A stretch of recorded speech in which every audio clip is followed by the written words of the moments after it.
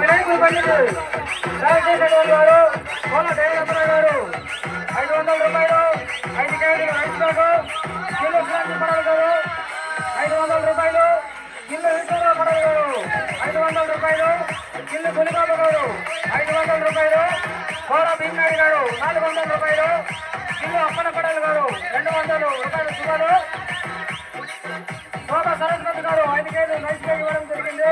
అలాగే మాషిర ఈశ్వరరావు గారు బాలాజీ 12 కొబ్బరికాయలు కొనివ్వడం జరిగింది. వరపల సరుకున్నాడు 130 రూపాయలు పచ్చిమిర్చి పౌరు ఇవ్వడం జరిగింది.